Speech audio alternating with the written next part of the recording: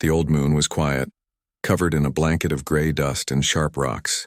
From above it looked lifeless, as if nothing had ever grown there. But hidden under its surface was a small outpost, a home for scientists and engineers from a faraway alien race called the Alrani. For many years, the Alrani had lived in peace, studying the stars, watching distant worlds, and recording strange signals that passed across the galaxy. Inside their underground base, the atmosphere was tense. Machines hummed, lights blinked, and the walls trembled from the weight of silence pressing down. Every scientist knew what was coming. They had heard the reports. An enemy fleet was moving through space like a storm, destroying outposts, taking resources, and leaving ruins behind. The Alrani had no real army, no strong defenses. They were explorers, not warriors. At the control station, a young technician with long silver skin and bright violet eyes tapped nervously on the console. "The signal is ready," she whispered, her voice shaking. "Should I send it?" Her superior, an older scientist with a tired face, nodded heavily. "Yes, we have no choice. If our allies receive it, maybe they will come. Maybe they will protect us." The technician pressed the command. A great antenna hidden under the surface opened slowly and pointed toward the stars. A pulse of light carrying their desperate cry for help traveled across the galaxy. None of them noticed the small error in the calculations. The message did not travel toward their allies. Instead, it bent through space, followed a wrong line, and headed toward a small blue planet far away, a planet called Earth. On Earth, deep inside a facility covered with giant dishes and antennas, technicians were bored. Most of their days were the same: listening to static, checking data, drinking coffee. The Search for Extraterrestrial Signals project had run for many years, but nobody expected anything real. Then one night, something changed.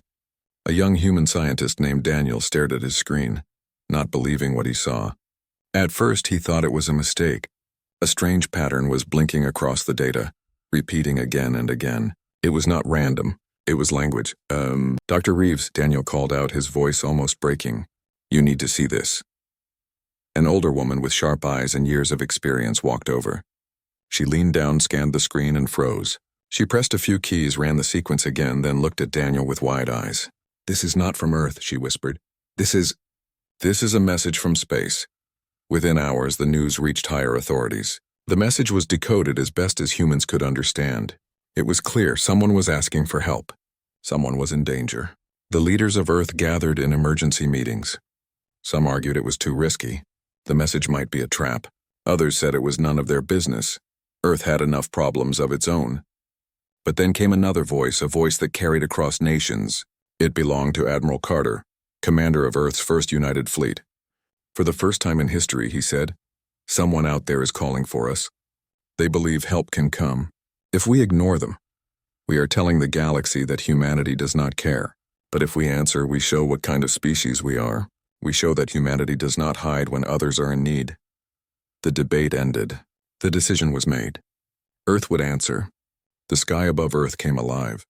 Great ships that had once been only symbols of unity now prepared for real duty. Carriers, destroyers, and cruisers lifted from shipyards, their metal frames shining in the sunlight. Crews rushed to board.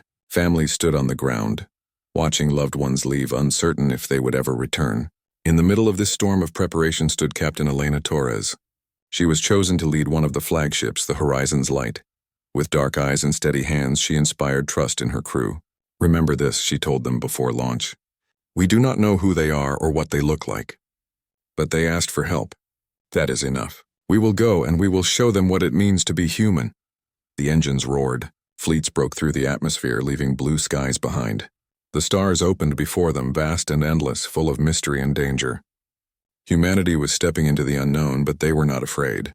Far away, the Alrani outpost continued waiting. Days passed and their fear grew. No allies arrived. No signals came back. The young technician who had sent the message sat quietly, blaming herself. Then one night the sky above the moon changed. Points of light appeared, strange ships moving with power and speed. The Alrani scientists panicked at first. They thought the enemy had come. But as the ships slowed, as their designs became clear, confusion spread. These were not the enemy's ships. These were not their allies' ships either. These ships were new, different, strange. They carried a symbol none of the Alrani had ever seen before, a blue circle with a small green and brown world in its center. The horizon's light opened a channel.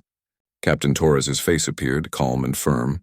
"This is Captain Torres of the human fleet," she said. "We received your message. We are here to help." The Alrani stared at the screen in silence. Their signal had gone to the wrong place. And yet, someone had come, someone unexpected. Hope returned to their eyes. But in the distance, hidden behind the stars, the real enemy fleet was already on its way. That's part 1. 300 words target written in simple English. It sets up the mistaken signal, introduces humanity's decision, and ends on a suspenseful note with the enemy on the horizon. Do you want me to continue with part 2? Same style, 1300 words next? You said, part 2. 1300 words ka lekho or interesting hona chahiye or third person style ma lekhni ha or simple basic English ka. Don't use any violated word. So please avoid any violated content. ChatGPT said got it. Here's part 2, around 1300 words, of your story. Help signal sent to humans by mistake. Now the sky is full of warships. It will continue in third person, in simple English, and stay interesting with no violated content. Part 2. First contact. The alien moon was silent when the human fleet settled into orbit. From its surface, the Alrani scientists looked up at the sky, where dozens of strange ships floated like steel giants. Their engines glowed softly, their hulls polished with a design that seemed both sharp and strong. The Alrani had never seen such vessels before. Inside the main control chamber, the young technician Lyra stared at the screen. She had been the one to send the signal, the one who made the mistake. Her hands trembled as she watched the human flagship broadcast another message. "This is Captain Torres of the human fleet," the voice repeated. It was calm, steady, and strangely warm. "We have come to help. Please identify yourselves." The older scientist Jorak stepped forward and pressed the communicator. His voice cracked, heavy with disbelief. "You are not our allies." Who are you truly?" "We are humans," Captain Torres answered. "From a world called Earth. We heard your call and could not ignore it." The chamber fell into silence. The Alrani looked at one another with confusion and shock. This was not supposed to happen. The humans were not the powerful allies they had called for. They were strangers, unknown. Lyra lowered her head. She whispered softly, "It was my error. I sent the signal in the wrong direction." But Jorak placed a gentle hand on her shoulder. His tired eyes softened. "Perhaps," he said, "the stars made the choice for us." On the horizon's light, Captain Torres studied the first images of the Alrani people. They were tall, with skin that shimmered like polished silver. Their eyes glowed faintly violet, filled with both intelligence and fear. Their clothing was simple, woven from thin metallic fibers that reflected the light. "They don't look like soldiers," Lieutenant Singh whispered beside her. "No," Torres agreed. "They look like people who need protecting." Moments later, the Alrani's message reached her ship. Their leader introduced himself as Jorak, head of the research outpost. His voice shook as he explained their situation. "We are scientists. We study the movements of stars, the patterns of energy in space. But now a hostile empire moves through this region. They have destroyed outposts like ours. We sent a signal for help to our allies, but it seems you were the ones who heard it." Captain Torres listened carefully. "And your allies? Will they not come?" Jorak's eyes darkened. "They have abandoned us. To them we are not worth the risk." A heavy silence filled the bridge of the horizon's light. Humanity had prepared for war if needed, but they had not expected to face an enemy fleet so soon. Still, Torres knew what her answer must be. "You are not alone anymore," she said firmly. "We will stand with you." Down on the moon's surface, humans landed for the first time. A small shuttle broke through the thin atmosphere and touched down outside the Alrani base. Soldiers in sleek armor marched out, but their weapons were lowered. They were here to protect, not to fight. The Alrani gathered nervously at the entrance of their outpost. When the shuttle door opened, Captain Torres herself stepped out, followed by her officers. She removed her helmet, letting them see her face. "I am Elena Torres," she said, her voice steady. "I lead this fleet." Jorak stepped forward, his silver skin catching the pale light of the moon. He studied her carefully, then bowed his head slightly. "We are the Alrani. You came even though we are nothing to you." "Why?" Torres smiled faintly. "Because someone asked for help. That is enough for us." The words struck the Alran beside. The blackness of space was calm, But everyone knew it was only the calm before the storm. Human ships floated like guardians around the Alrani moon, their engines glowing faintly against the stars. Inside every vessel, soldiers and engineers prepared in silence. Then the scanners screamed. On the bridge of the Horizon's light, red lights flashed across the consoles. Lieutenant Singh leaned over his screen, his voice sharp. "Contact!" Multiple signatures entering the system. Captain Torres stood tall at the center of the command deck, her hands behind her back. "How many?" Singh swallowed. 30 capital ships, and smaller escorts, at least twice that number. The room went silent. The human fleet was strong, but it was smaller, younger. Their ships were not built to face such overwhelming force. Still, no one suggested retreat. "Bring us into full defensive formation," Torres ordered. "Signal all ships, shields up, weapons ready." Around the moon, human warships moved into precise lines. Carriers pulled back, flanked by destroyers. Frigates spread forward to screen against incoming fire. The fleet prepared like a wall of steel. The Drakari fleet emerged from the void like a wave of shadows. Their ships were massive, dark and jagged, built for intimidation as much as destruction. Red lights gleamed across their hulls, and their weapons bristled with power. From the surface, the Alrani watched in horror. Lyra stood with Jorak at the observation window. The sky above the moon seemed full of monsters. "They are too many," she whispered. Jorak placed a hand on the glass, his face grim. "If the humans had not come, we would already be lost now. We must trust them." On the Horizon's light, the enemy broadcast a message. A tall figure appeared on the screen, armored in black and silver. His face was sharp, his eyes cold, his voice dripping with arrogance. "I am Commander Vaylon of the Drakari Dominion," he declared. "To the humans, you are far from your world. This conflict is not yours. Leave now and we will let you live. Stay, and you will share their fate." Captain Torres did not flinch. She stepped forward, her voice steady and strong. "This is Captain Torres of the human fleet. You attacked these people because they are weak. But they called for help and we answered. We will not abandon them." Vaylon's lip curled into a sneer. "Foolish creatures. You are new to the stars. You do not understand the power you face." Torres's eyes narrowed. "Perhaps, but you will understand what it means to fight humans." The transmission ended. Silence fell once more. Then the first shot was fired. Space exploded with light. The Drakari unleashed a barrage of plasma beams, streaking like fire across the void. Human shields flared as the first wave hit, shaking ships but holding strong. Human destroyers responded with railgun fire, streams of metal slugs tearing through the dark. On the Horizon's light, the bridge shook as impacts rattled the hull. Officers shouted data, reporting shield strength and enemy movements. Torres gripped the command chair tightly, her voice clear. "Keep formation. Target their forward escorts. Break their lines." Human frigates darted forward, smaller and faster, weaving between heavy blasts. They struck at the enemy's flanks, forcing the massive ships to turn and scatter. Though outnumbered, the humans fought with precision and daring. Down on the moon, the Alrani outpost trembled from the distant rumble of weapons in orbit. The people gathered in fear, but their eyes were fixed on the screens showing the battle. "They fight for us," Lyra whispered, almost in disbelief. "They could have run, but they stayed." Jorak nodded slowly. "Perhaps we are witnessing the rise of something new." Back in space, the Drakari pushed harder. Their capital ships advanced, unleashing devastating waves of energy. One human frigate was caught, shields collapsing under the fire. With a burst of flame, it shattered into debris. On the Horizon's light, silence fell for a moment as the loss registered. Every soldier felt the weight, yet instead of fear, anger surged. "They've taken one of ours," Torres said coldly. "Then we take two of theirs." The order spread. Human ships focused their fire, coordinating like hunters. A destroyer launched torpedoes while a cruiser pounded the same target with railguns. The combined strike broke through an enemy ship's armor, and with a blinding flash, the Drakari vessel exploded. Cheers erupted across human comms. For the first time, the enemy had tasted human defiance. The battle raged on. Every moment was chaos, plasma beams tearing across the void, missiles streaking like falling stars, explosions blooming in silence. The humans fought with everything they had.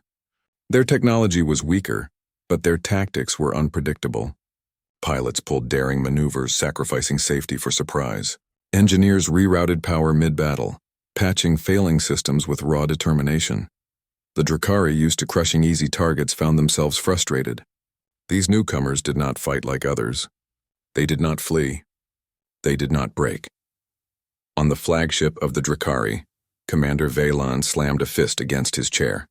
Why do they resist so strongly? They are nothing. They are children of the stars.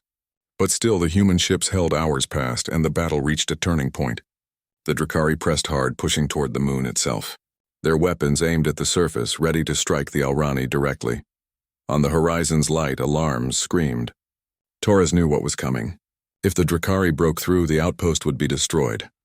She made her decision quickly. "Bring us forward," she ordered. "The horizon's light will block their path." Her officers looked at her in shock. "Captain, that will put us right in the center of their fire." Torres's gaze was unshaken. "If they want the Alrani, they'll have to go through us." The massive human flagship surged ahead, placing itself directly between the enemy and the moon. Its shields glowed under the fury of Drakari weapons, but it stood firm like a wall of steel. Other human ships followed, forming a shield line around their captain. On the moon, the Alrani watched with wide eyes as the humans placed themselves in harm's way. Lyra felt tears rise. "They are willing to die for us, strangers, for us." Jorak's voice was filled with awe. "This is who they are. This is humanity." The battle roared on. Ships burned. Debris floated, and the void was filled with flashes of light. The Drakari had the numbers, but the humans had something else, an unyielding spirit. Even as more human ships were damaged, they refused to fall back. They fought side by side, covering one another, turning desperation into strength. For every ship lost, the humans struck back harder. For every blow taken, they returned it with fury. And slowly, impossibly, the tide began to shift. Commander Vaylon sat in disbelief as his fleet struggled against the smaller force. "Impossible," he hissed. "They should be broken by now. Why do they not surrender?" A Drakari officer trembled. "Commander, they do not fight like others. They fight as if every life matters to them. Even ours." Vaylon's eyes narrowed with fury. "Then we will crush that spirit." But even as he spoke, another Drakari ship fell in flames. On the horizon's light, Captain Torres stood tall, her face set like stone. The enemy was powerful, yes, but humanity had already shown something greater. "Hold the line," she commanded. "For Earth, for the Alrani, for every life that believes in hope."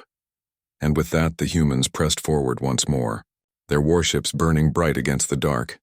The first great battle of humanity among the stars had begun in full, and the galaxy would never forget it.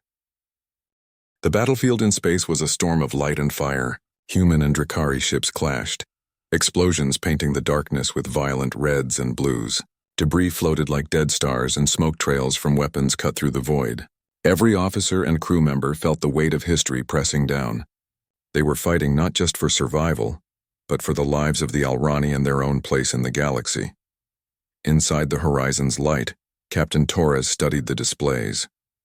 Damage reports scrolled down the screens, showing several ships taking heavy hits. The human fleet was smaller and tired, but they had something the Drakari did not, a courage that refused to break. Lieutenant Singh approached her with a worried expression. "Captain, we're taking more hits. If we continue, we risk losing more ships than we can replace. Perhaps we should pull back and let the Drakari move on." Torres shook her head. "If we pull back now, the Alrani will be destroyed. We fight even if it costs everything. There is always a way to turn the tide. We just need to find it." Meanwhile, on the Alrani moon, the scientists and technicians worked tirelessly. Lyra coordinated the repair of critical communication relays while monitoring the fleet. She could see the human ships moving in formations, dodging enemy fire, striking back with railguns and missiles. Every move was calculated, precise yet daring. "They're incredible," Lyra whispered to Jorak. "They improvise in real time. No one else would dare do what they do." Jorak nodded slowly. "They are not just soldiers. They are something else entirely. They fight for others. That is why they are dangerous to the cruel." In orbit, the Drakari fleet pressed forward. Commander Vaylon's ships loomed larger now, their weapons blasting toward the humans in relentless waves. The Dominion was confident. Their numbers alone should have crushed the smaller fleet, but the humans moved unpredictably. Captain Torres ordered her ships into a new formation, one that the Drakari had never seen. The frigates darted forward, drawing fire, while destroyers and cruisers launched coordinated strikes. A small human carrier executed a daring maneuver, acting as a decoy, while hidden artillery on the horizon's light targeted the enemy's weakest points. The Drakari were caught off guard. Their precision attacks faltered. Ships collided with debris, weapons misfired, and for the first time the Dominion's confidence wavered. "Captain, we've got them off balance," Lieutenant Singh reported. "Their formation is breaking." Torres allowed herself a small smile. "Good. Now we push harder." Down on the moon, Lyra watched the battle with growing hope. She saw the humans risking themselves again and again, sacrificing smaller ships to protect the Alrani base. She felt her fear turn into determination. "They believe in us," she said softly. "And that gives me strength too." Jorak placed a hand on her shoulder. "This is how legends are born, Lyra. Not by power alone, but by the courage to stand for what is right." The battle escalated. Drakari capital ships fired massive energy beams trying to break the human lines. Explosions shook the smaller ships and shields flickered dangerously. A destroyer took a direct hit, tearing a hole in its hull. But even in the chaos, the humans adapted. Engineers rerouted power from engines to shields, from weapons to life support. Pilots executed daring maneuvers using debris and asteroid fragments as cover. The humans used every trick available. Some known, some improvised on the spot. The Drakari Dominion had never faced an enemy like this. They expected fear, surrender, and retreat. Instead, they faced relentless resistance, cunning strategy, and unwavering determination. Captain Torres looked across the bridge. Her officers were tense but focused. "We can win this," she said. "We've survived worse on Earth. We will survive this too. Focus on their weak points. Hit where they do not expect. Protect the Alrani at all costs." Across the fleet, humans began a coordinated strike. Smaller ships flanked the enemy, drawing fire, while hidden artillery and missile batteries on the larger vessels struck from unexpected angles. One frigate dove directly toward a Drakari cruiser, drawing its weapons fire while a destroyer from behind fired into its side. The result was spectacular, a massive explosion that sent debris spinning into the void. The Dominion faltered. Their formations broke. Panic rippled across their fleet. In orbit, the Alrani cheered quietly at each success. Lyra could not believe her eyes. The humans, strangers who had answered a mistaken signal, were fighting not just for themselves, but for the Alrani, for the moon, for everyone who could not defend themselves. "They are heroes," she said. "Real heroes," Jorak nodded. "No, Lyra, they are something more. They are humans." Commander Valan's anger grew. His face twisted with frustration as his fleet began to struggle. "How is this possible?" he demanded. "They are weak in technology. They are few in number. Yet they fight with spirit I cannot understand." A young Drakari officer approached cautiously. "Commander, perhaps. We underestimated them. They fight not for themselves alone, but for others. That is something our warriors rarely do." Valan slammed a fist against the console. "Then we will destroy that spirit." "All ships, focus fire on the humans' lead vessels." Break them or nothing else matters. The humans were ready. They had expected the Dominion to push harder, and they had a plan. Captain Torres made a bold decision. "Prepare the horizon's light for a full assault maneuver," she ordered. "We will strike their formation head-on. Target their weapons, their shields, everything, and everyone else cover the flank. We move as one." The fleet surged forward in perfect coordination, engines glowing like fire. Torpedoes streaked across space. Railguns tore into enemy hulls, and smaller ships darted between explosions, striking unexpectedly. The Drakari fleet, massive but rigid, could not adapt quickly enough. Several capital ships took critical damage. Shields collapsed. Weapon systems failed. One by one, their ships began to fall. The turning point came when the humans executed a daring maneuver known as the Flame Break. A small frigate sacrificed itself to draw enemy fire, allowing a cruiser to fire directly into the heart of a Drakari battleship. The explosion was immense, sending shockwaves through the fleet. From the surface of the moon, the Alrani gasped. Lyra covered her mouth, unable to speak. Jorak simply bowed his head in awe. That was incredible," Lyra whispered. They want a chance." Torres's voice came over comms, calm and commanding. "Hold your positions. The Dominion is faltering. Keep pressure. Protect each other. We are not finished yet." For hours, the battle raged. Slowly, the humans' tactics and courage began to shift the fight. The Dracari Dominion, confident in their superiority, was now disorganized. Their massive numbers no longer guaranteed victory. Captain Torres knew they had turned the tide, but she also knew the battle was not over. Every victory counted, but one mistake could still cost everything. "Focus, everyone," she said. "We finish this together." On the moon, the Alrani watched as the humans advanced, fighting not for themselves, but for those who could not fight. Lyra's heart swelled with admiration. These beings, strangers who answered a wrong signal, had become guardians, heroes, legends in the making. "They are more than soldiers," she said. "They are the spirit of humanity." Jorak nodded. "And now the galaxy will know it. The first great turning point of the war had come. The humans, outnumbered and inexperienced in space combat, had proven that courage, strategy, and the willingness to fight for others could overcome raw power. And in the hearts of the Alrani, a new hope had been born. The Dracari Dominion would not retreat easily. They would regroup. They would strike again. But for now, humanity had shown that they were not to be underestimated. And the battle, though not fully won, was theirs to shape.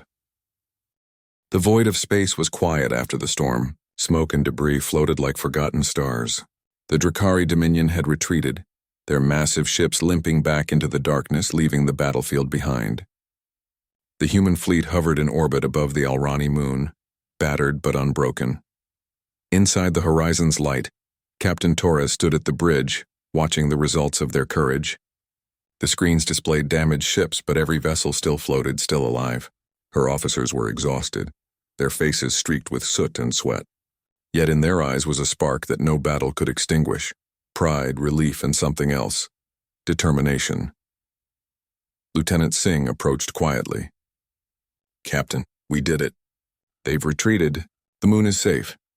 Torres nodded, a tired but proud smile on her face. "Yes, for now. But we cannot forget they will return. And next time, we must be ready." Down on the surface, the Alrani emerged from their outpost, blinking under the moonlight. The sky, once filled with warships, was now peaceful, dotted only with the human fleet. Lyra could hardly believe her eyes. She had watched strangers risk everything for her people, and she felt a mix of gratitude and awe. Jorak, standing beside her, whispered, "They came because of a mistake, a signal sent to the wrong world. And yet, look at what they have done. Humanity has left a mark upon the stars." Lyra nodded, tears forming in her violet eyes. "They didn't have to come. They didn't even know us. And yet they stayed, and they fought for us." The human fleet began repairs immediately. Engineers worked tirelessly, patching hulls, restoring systems, and reinforcing shields. Pilots cleaned weapons and tested engines. Even the soldiers on the moon assisted where they could, helping the Alrani rebuild damaged structures and fortifications. Captain Torres walked through the corridors of her flagship, speaking to the crew one by one. "You did more than fight today," she said. "You protected lives. You showed what it means to be human. This is not just a battle won, it is a statement to the galaxy. We are here and we will not turn away from those in need." The words spread quickly among the fleet. Crew members smiled, laughed quietly, and even allowed themselves a moment of pride. They had faced impossible odds, and they had held the line.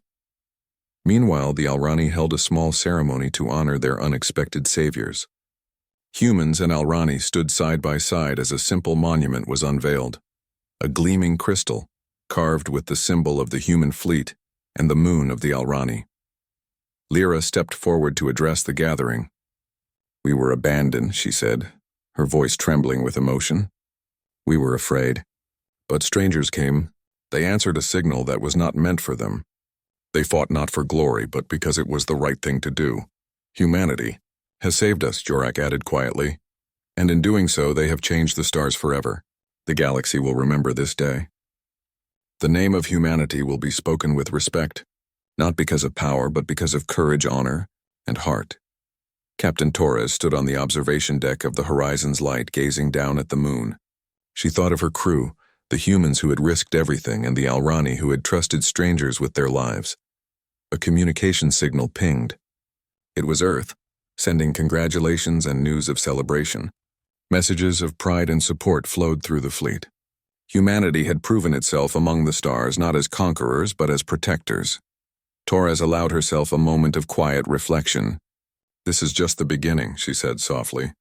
"The galaxy is vast and there will be more calls for help. But now we know who we are. Now the stars know who we are? And we will answer. Every time someone cries out for help." Weeks passed and the human fleet assisted the Alrani in rebuilding their outpost. They repaired communications, strengthened defenses, and trained the Alrani in basic strategies for self-protection. The bond between the two species grew strong. Humans had entered the galaxy not for conquest or domination, but to protect, to teach, and to stand as guardians. Lyra worked alongside the human engineers, learning new ways to harness energy, repair ships, and defend her home. She laughed more than she had in months, seeing the humans' strange habits, their humor, and their relentless determination. "They are different," she said to Jorak one evening. "Not stronger than us, but somehow stronger in spirit. They will survive anything because they refuse to give up." Jorak smiled. "Yes, Lyra. That is why the galaxy must respect them. That is why humans are special." Far away in the depths of space, the Drakari Dominion regrouped. Commander Valen's face was dark with frustration. "How could this happen?" he demanded. "They were only humans. A minor species, and yet they fought with courage we cannot break." A young officer replied cautiously, "Commander, perhaps it is not power alone that defeats them. Perhaps it is their willingness to fight for others, to protect life, even when it is not their own." Valen's fists clenched. "Then we will learn this the hard way. We will return, and next time, we will be ready for their defiance." Back on the moon, Captain Torres addressed the Alrani and her own fleet one last time before preparing to return to Earth. "We came because someone asked for help," she said. "We stayed because it was right. And we will continue to go, to stand, to fight. Not for conquest, not for power, but for life. Remember this day? Remember what it means when someone calls for help, and someone answers. Humanity has left its mark, and we will never forget it either." The Alrani cheered, voices full of gratitude and awe. The human crew stood proudly, knowing that they had done something that would be remembered forever. As the fleet prepared to leave, the Alrani gifted Captain Torres a small crystal. Inside it shimmered a symbol, a star surrounded by protective rings. "Keep this," Jorak said softly. "It will remind you that your courage saved us, that your spirit is now part of our history. The galaxy will remember Captain Torres, and it will remember humanity." Torres accepted it with respect. "We will not forget, and if anyone else cries out for help, we will answer again. Always." The horizon's light lifted from the moon, carrying its crew and wounded ships back toward Earth. Below, the Alrani watched as their new friends disappeared among the stars. The world they had thought lost now felt safe, thanks to the courage of strangers who had become heroes. And across the galaxy, whispers began. Stories of humans, small, seemingly fragile yet unyielding in spirit, spread from system to system. They were a species that did not bow to power, that answered cries for help, that fought not for glory but for life. Humanity had arrived among the stars, and the galaxy would never forget the day they answered a signal sent by mistake. From that day forward, Earth prepared not just for exploration, but for guardianship. Fleets were built not for conquest but for aid. Soldiers and engineers trained not just for war but for rescue. Humanity had shown that it could be small yet mighty, weak yet unstoppable in spirit. And somewhere in the stars, Lyra looked up at the distant blue planet and whispered, "Thank you, humans. You have shown us what it means to hope." Captain Torres, traveling home, knew the same thing. Humanity's mark had been made, and they would carry it forward, always ready to answer the next call for help, no matter how distant, no matter how impossible. The stars over the capital world of the Veyari shone cold and silent. For centuries, their people had believed the galaxy was safe, that the long wars of the past were over, and that diplomacy was the way forward. But now those same stars carried shadows. Fleet after fleet of the Kreth moved across them, leaving fire and broken worlds in their path. Chancellor Ilion stood inside the Grand Hall of Voices, staring at the holographic map that showed the spread of destruction. Red marks lit up system after system, each one a colony world that had fallen within days. The Kreth did not bargain. They did not negotiate. They conquered. And if they could not enslave, they destroyed. The chamber was filled with council members from many worlds: scaled Atri, feathered Ura, crystalline Ferus, and more. Their voices rose in panic, echoing across the marble chamber. "We cannot stand against them any longer." One shouted, "Our fleets are gone." Another cried, "They will reach this world within a cycle." Chancellor Ilian raised his hand and the chamber quieted. His voice was heavy with exhaustion. "We have only one option left. We must send a call for aid. Someone somewhere must answer." "But who?" asked General Sarek of the Atri. His scales flickered dull blue, the color of despair. "The Kreth have crushed every rival. The old alliances are dead. No power remains strong enough to fight them." Ilian turned back to the map, his long fingers trembling slightly. "Then perhaps a new one must rise. We will send the signal into the void, to anyone who will hear, even if they are strangers." Silence followed. Every species in that hall knew what it meant. To call blindly was to risk everything. Pirates could answer. Mercenaries could exploit them. Or worse, no one might answer at all. But in the end, what choice remained? The beacon was prepared. The signal was not grand. It was simple, desperate, and clear. "This is the coalition of free worlds. We face extinction at the hands of the Kreth Empire. We beg for aid. Whoever hears this, we ask for your strength. Without it, we will fall." The words were transmitted into the void of space, amplified by the most powerful arrays left in the coalition's possession. For days afterward, the message repeated, carried on every frequency they could reach. And then, they waited.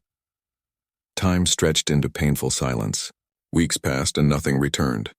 The Kreth advanced, destroying another 2 systems. Refugees filled the capital world until its streets overflowed.